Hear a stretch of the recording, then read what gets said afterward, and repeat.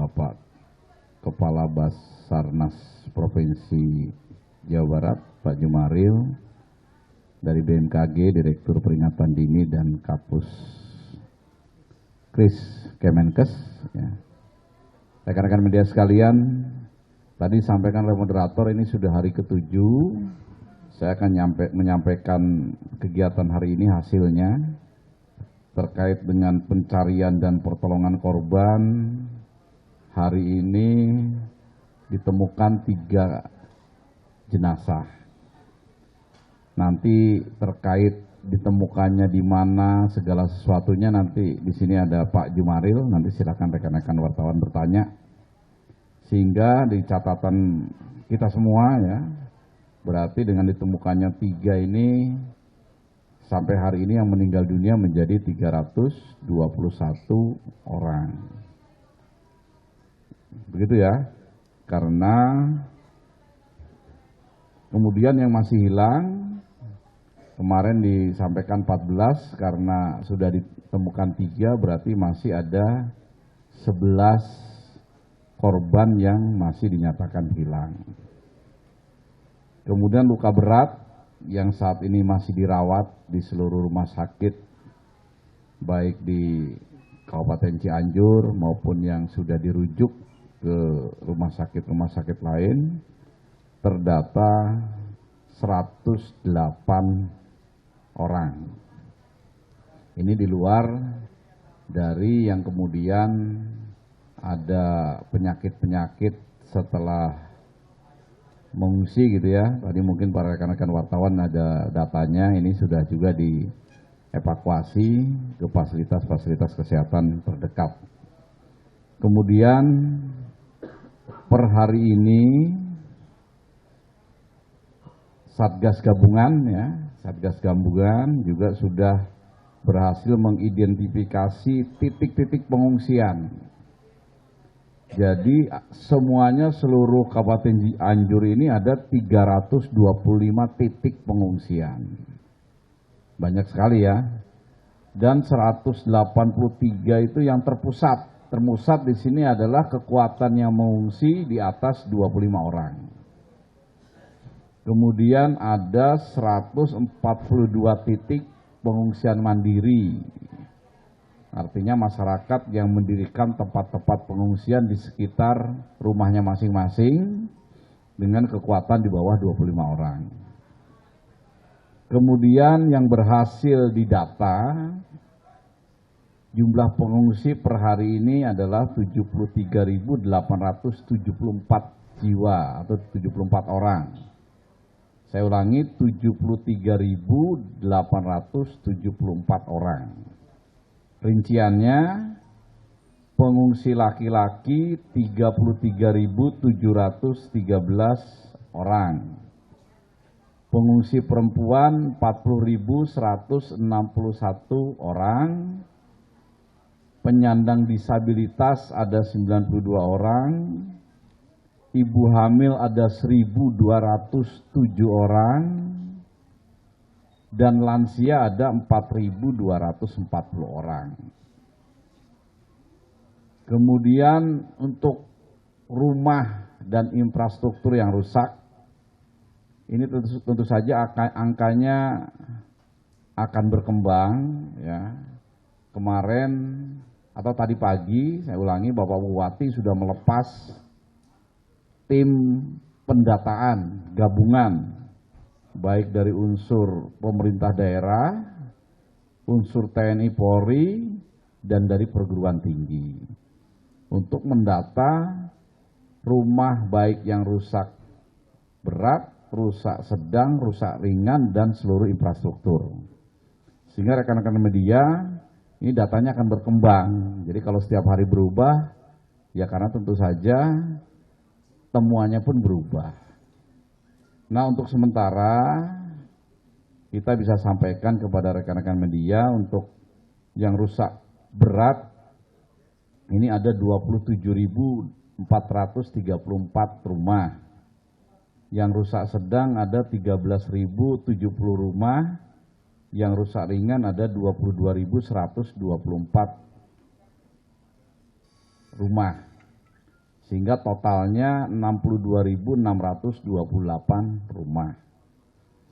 Kemudian infrastruktur sekolah ada 398, tempat ibadah ada 160, fasilitas kesehatan 14, dan gedung kantor adalah 16. Sampai hari ke-7 yang menonjol, karena titiknya banyak ya, 325 titik pengungsian tersebar di 15 kecamatan. Ya, jadi ini banyak sekali sehingga tentu saja membutuhkan sumber daya yang tidak sedikit. Tenda-tenda baik yang besar maupun yang kecil, yang ukuran untuk 4x6 ataupun 3x4 untuk keluarga ini masih dibutuhkan banyak. Kami secara bertahap juga terus menambah ya. Tapi tentu saja karena tersebar ini menjadi permasalahan yang semakin hari harus selalu dipecahkan terkait dengan tenda. Kemudian distribusi logistik relatif sudah lebih baik daripada hari-hari kemarin. Tempat-tempat yang katanya tidak terjangkau dan tidak mendapat bantuan, ini secara lambat laun dengan mekanisme pendistribusian logistik secara berjenjang dari mulai kepala desa sampai dengan kabupaten, kemudian ada tempat-tempat logistik di kecamatan ya, sekarang sudah mulai dibagi juga, tidak hanya di kantor kabupaten saja, di gedung BPBD dan gedung wanita, tetapi juga logistik juga disimpan di kecamatan-kecamatan. Mudah-mudahan ini lebih baik. Kami juga tidak tinggal diam, mengirimkan tim-tim pemantauan, tim-tim yang mencari apa benar kalau masih ada kelompok masyarakat yang masih belum mendapat bantuan. Sejauh ini tentu saja ada kekurangan dan kelemahan, tetapi kami rasa sudah semakin baik dibanding hari-hari sebelumnya. Kami pun respon apa yang menjadi pemberitaan dari media. Sebagai contoh kemarin media memberitakan ada pengungsi yang mengungsi di kandang kambing misalnya. Itu segera kami datang ke sana. Ternyata memang tempatnya itu dengan rumahnya memang lebih nyaman begitu. Tapi kan kita orang timur, masa manusia mengungsi di tempat kambing. Akhirnya kita bangun tenda di situ, di sebelahnya yang lebih bagus, lebih representatif. Semula masyarakat nggak mau pindah ke tenda itu, tetapi setelah dibujuk, akhirnya mereka mau dengan catatan masak tetap di sekitaran kandang kambing itu. Ya itu adalah win-win solusi begitu. Kemudian tempat-tempat yang terpencil yang diberitakan bahwa belum dapat bantuan ini kami rapat koordinasi ya. Basarnas mengirimkan lewat heli, kemudian juga menggunakan sepeda motor ya di tempat-tempat terpencil itu. Babinsa mengantar menggunakan pasukan TNI, bahkan pasukan TNI menggunakan ransel ya. Di dalam ranselnya diisi logistik, didistribusikan ke titik-titik itu. Mudah-mudahan ini juga bisa membantu lah tempat-tempat yang terpencil. Tentu saja pekerjaan masih banyak ini, khususnya terkait tenda, terkait kebutuhan logistik. Tetapi ingat rekan-rekan wartawan, ini pelaksanaan pengungsian ini tidak seminggu 2 minggu ini. Cukup lama waktunya.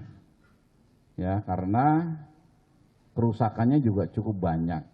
Tadi saya sampaikan kepada rekan-rekan wartawan, itu yang rumah rusak berat saja sampai 27.000. Nah yang rumah rusak ringan dan sedang, ini kalau nanti dari BMKG sudah bisa meyakinkan kepada pengungsi ini, pengungsi masih pada takut nih, walaupun dari BMKG juga sudah udah tidak ada lagi yang gempa besar gitu. Nah, tapi mudah-mudahan minggu depan ini mereka sudah yakin lah bahwa walaupun ada gempa susulan sudah tidak membahayakan. Sehingga yang rumah rusak sedang dan ringan ini bisa berangsur-angsur kembali ke rumahnya sambil memperbaiki kerusakan-kerusakan kecil itu. Nah, yang rusak berat 27.000 rumah ini secara paralel dilaksanakan pendataan supaya segera bisa dibangun. Yang relokasi sudah dapat tanah sekitar 2 hektar. Ini pun oleh Kementerian PUPR akan segera dimatangkan lahannya, mudah-mudahan dalam minggu-minggu depan juga sudah mulai dibangun. Kemudian untuk yang tidak harus relokasi, yang rusak berat ini ya, setelah kondisi aman, maksudnya aman ini sudah nggak ada gempa susulan yang menakutkan masyarakat, yang punya rumah tuh bisa bergeser ke sekitar rumahnya. Ada beberapa daerah yang tadi kami datangi secara langsung, banyak juga tetangga-tetangganya yang rumahnya itu masih bagus gitu loh. Tapi takut ya. Nah, yang masih bagus ini kalau sudah tidak ada lagi gempa, itu bisa ditempati. Dan kalau misalnya punya ruangan kosong, itu bisa menampung tetangganya. Nampungnya tidak gratis. Ada bantuan dari pemerintah sebagai uang sewa begitu. Maksud kami adalah dengan dekat dengan rumahnya yang rusak berat, sudah mulai bisa membersihkan puing-puing, sudah bisa menyelamatkan harta benda, mungkin masih ada yang bisa diselamatkan itu dalam rumah-rumah yang rusak berat itu. Kalaupun hancur total, tanahnya diratakan. Walaupun kami juga dari BNPB juga akan bekerja sama dengan TNI, ini juga akan mengerahkan Batalion Sipur untuk ikut membantu membersihkan puing-puing tersebut. Tetapi alangkah lebih cepatnya kalau yang punya rumah juga bantu. Nah, untuk bermalamnya mereka akan bisa dibuatkan tenda-tenda keluarga di sekitar rumahnya. Ini Pak Bupati juga tadi koordinasi sudah akan mengadakan tenda keluarga beberapa ribu tenda. Artinya nanti mudah-mudahan yang komunal banyak itu di atas 25-50 orang itu berangsur-angsur semakin meninggalkan dan mereka kembali ke sekitar rumahnya masing-masing. Itu juga yang dilakukan di tempat-tempat lain. Di tempat-tempat pasca bencana. Artinya bencananya sudah lewat, tanggap daruratnya selesai, tinggal pasca pemulihan, dan kehidupan masih harus terus berjalan, hidup harus terus berjalan. Itu. Nah, kemudian pada rekan-rekan wartawan, kami mohon media ini menjadi partner kami. Ya, tidak apa-apa memberitakan kekurangan logistik, tempat yang susah dijangkau, mengungsi di tempat yang tidak layak, nggak apa-apa. Tapi tolong itu diinformasikan kepada tim, kepada kami, kepada Satgas, sehingga kami segera melaksanakan langkah-langkah perbaikan dan penanganan. Gitu. Karena tentu saja awal-awal ini pasti ada kekurangan dan kelemahan. Kami akui walaupun sampai saat ini sudah 7 hari pun pasti ada yang masih belum sempurna. Tapi kami punya tekad, punya semangat, punya keinginan agar ke depan lebih baik lagi. Yang ketiga, rekan-rekan wartawan, di setiap bencana ya apapun, apalagi bencana ini walaupun masif ya, walaupun dampaknya sangat besar, tadi data-datanya sudah saya sampaikan, tapi tetap ini bencana daerah, bukan bencana nasional. Artinya lambat laun ya, mungkin mulai besok Senin ini segala penanganan, komando di lapangan, pelaksanaan kegiatan harian ini akan kembali sesuai dengan ketentuan. Ketentuannya adalah kalau bencana daerah sesuai dengan surat edaran Menteri Dalam Negeri tanggal 16 Februari 2019. Dan itu berdasarkan instruksi Bapak Presiden, bahwa kalau bencana daerah itu otomatis Pak Bupati menjadi komandan Satgas. Dibantu wakilnya adalah Komandan Kodim dan Kapolres. Untuk sehari-hari, Pak Bupati bisa saja menunjuk Komandan Kodim sebagai pengendali di lapangan, dibantu dengan Kapolres. Nah, ini akan kita jalankan sehingga aparat-aparat di daerah Kabupaten Cianjur ini nanti langsung secara perlahan sudah mulai memegang komando. Nah, kalau sekarang memang kemarin pada saat pelaksanaannya diambil pusat ya, Kepala BNPB langsung turun tangan, Menteri Sosial turun tangan, Kepala BMKG turun tangan, Kabasarnas turun tangan, semua pejabat-pejabat tingkat nasional turun tangan. Itu karena tahap-tahap awal kita ingin membantu sepenuhnya pemerintah daerah dan masyarakat Cianjur ini dengan semaksimal mungkin. Tapi tentu saja ini tidak akan bisa seterusnya. Makanya tadi kami sudah rapat dengan Pak Bupati, mulai besok Pak Bupati akan memegang kendali penuh terkait dengan pelaksanaan tugas di lapangan, ya, baik terkait pencarian dan pertolongan, baik terkait dengan penanganan pengungsi, evakuasi, dan termasuk pada saat nanti pembangunan rumah-rumah yang rusak.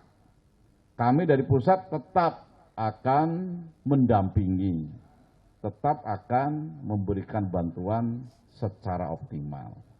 Itu yang perlu saya sampaikan dalam kesempatan ini. Terima kasih. Nanti saya kembalikan kepada moderator dan nanti kalau ada bertanya rekan-rekan media silahkan. Sekian, terima kasih. Wassalamualaikum warahmatullahi wabarakatuh.